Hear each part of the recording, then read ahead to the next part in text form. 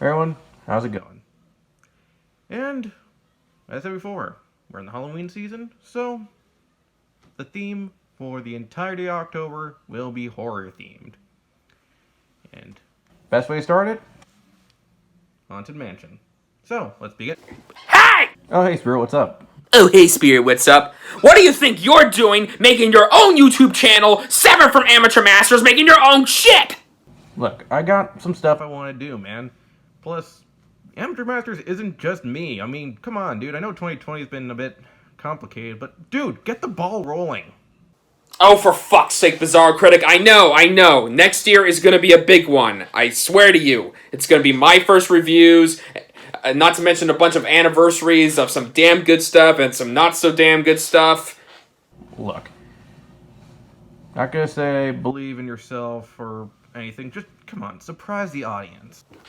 Fair enough. Oh, before you go, maybe you could, give us some, Haunted Mansion, ride history.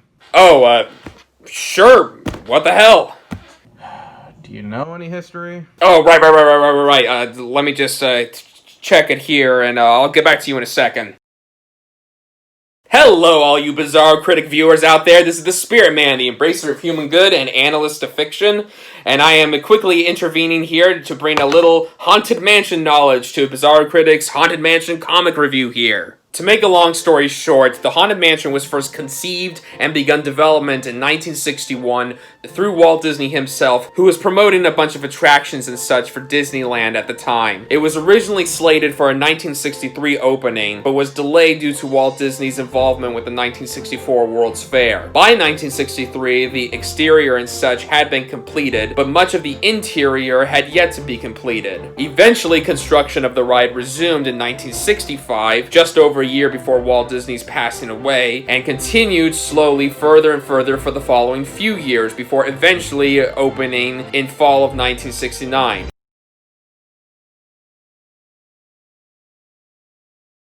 And man, what a grand opening it was. I mean, people were out the door by the tons for this. For over 50 years, this ride has impressed all sorts of crowds with its amazing practical and illusionary effects alike.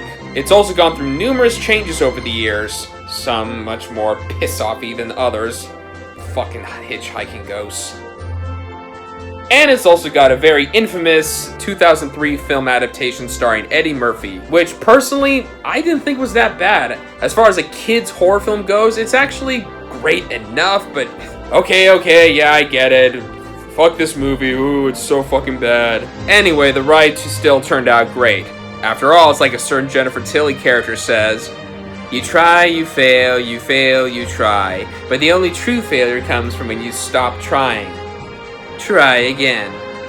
Hey, I had to throw that in there. And that's pretty much all I have to contribute to this. Thanks. Now let's move on to... Wait, shouldn't we be promoting stuff, Amateur Master stuff, your stuff, and I don't know, shouldn't we be doing more than this?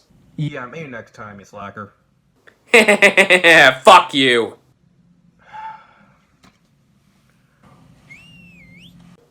Oh fuck! Bizarro Critic! That is never not fun. So, let's get started.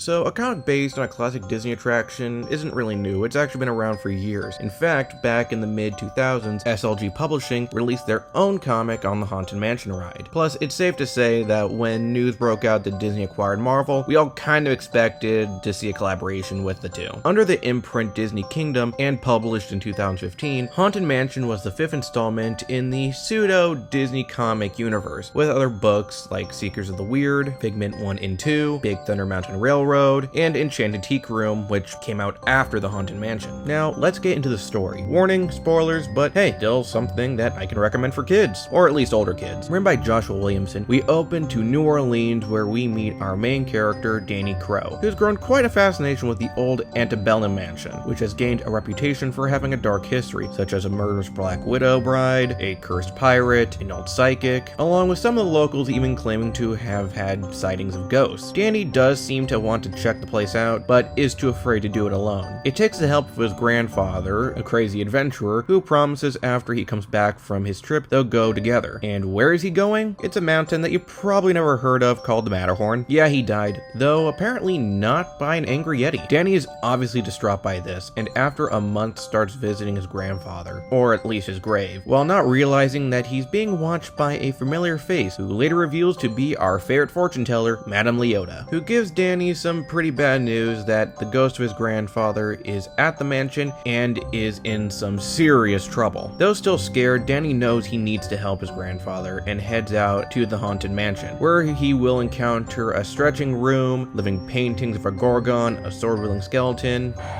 Yep. Anthro Catwoman. A crazy party, a crazy ghost bride, and a ghost pirate known as the Captain, who is hunting for both Danny and his treasure that he's been pursuing since, well, ever since he first showed up in the mansion when he was alive. Luckily, Danny does have some allies besides Leota, trying to help him out, like the jolly ghost Pickwick, the mysterious Hatbox ghost, but will their help be enough, or will the mansion no longer be famous for having 999 ghosts, but instead 1,000? Well, gotta read it to find out. The story is a fun read and is filled with great references to not just the elements of the Haunted Mansion ride in California, which this one is based off of, like a brief reference to the Nightmare Before Christmas version of the ride, but also the one in the Magic Kingdom, the Phantom Manor in Disneyland Paris, and I think even the Mystery Manor in Hong Kong Disney. As mentioned, it's written by Josh Williamson, who a lot of you might recognize from his epic Flash run at DC that starred in Rebirth, and you can tell he's just having a ball diving into the lore of the famous haunt. Next, we got the characters, starting with Danny Crow, who's a pretty good character. I was kind of worried he was going to be a little one note with how he was introduced, but he gets some pretty good development from a kid who's scared to take risks to a great adventure in the making. Then we got Danny's grandfather, who though is dead in the beginning of the book, we do get to know from flashbacks, and besides being a loving grandfather to Danny, he's also a bit of a mentor in bravery. Granted, he probably had no idea Danny would have to deal with 999 ghosts, but still, Danny's memory of him motivates him to go forward. Well, then also because he believes he's in trouble. After that, we got Madame Leota, who, if you've been on the ride, you probably recall being this stoic and wise fortune teller. And though it's definitely there, we do see a side of her that we haven't really seen before, where she is truly concerned for the other ghosts and tries to help whenever she can, but is also a little regretful for how she has to. And yeah, I know the movie had their own twist on Leota as well, but the book is way more interesting. Pickwick is a pretty fun character. He starts out as a ghost who, along with several other spirits, is under the control of the evil captain. But when he's freed from the control, he rallies the others to protect Danny no matter what happens to himself. I know that doesn't sound that much of a sacrifice since he's a ghost, but it will make sense later. As for the Hatbox ghost, he's probably the most interesting of the characters in the book. They make his appearance a big deal in here, saying that he's actually been gone for a while, which a bit of a nod to how the character was removed from the ride for a while because of technical issues regarding his animatronic. As for the in-story reason for why he was gone, I won't say too much for spoiler reasons, but I'll say it's pretty fascinating and opens the doors for future stories. As for his personality, he's kind of like a chill version of the Crypt Keeper, though also is a bit more quick wit. Fun character that you can tell Williamson enjoyed writing. As for the antagonist, we start with Constance, aka the Ghost Bride, and man, she is creepy. Her backstory is creepy, her demeanor is creepy, even how she talks is creepy. Everyone in the story is afraid of her and tries to avoid her at any cost, because once she has her sights on you, there's not much that will get her to stop. This character really helps with the horror element of the story in the best ways possible. Finally, we have the Captain, who is the big bad of the story, and I'll be honest, he's just okay. Not saying he's a bad villain or a non-threatening character. He is, especially with his weapons and spells that are actually able to harm or control ghosts, but compared to Constance, yeah, there's no contest. But again, he has his moments of being threatening and even in some cases a bit funny. But as for being the big bad,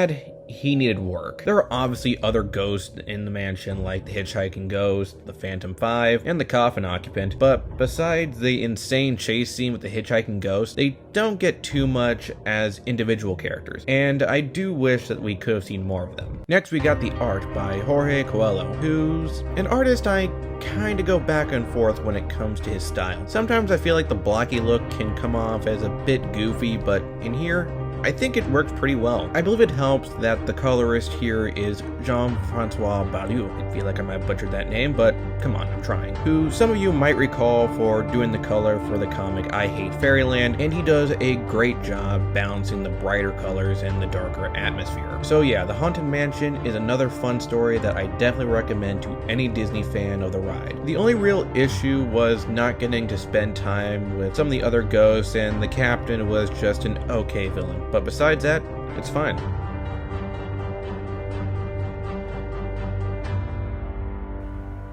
Thanks for watching. Like, share, and subscribe, and I'll see you. Hey, can you explain what I am? Well, you were meant to be a mascot, but, you know, yeah, that kind of failed.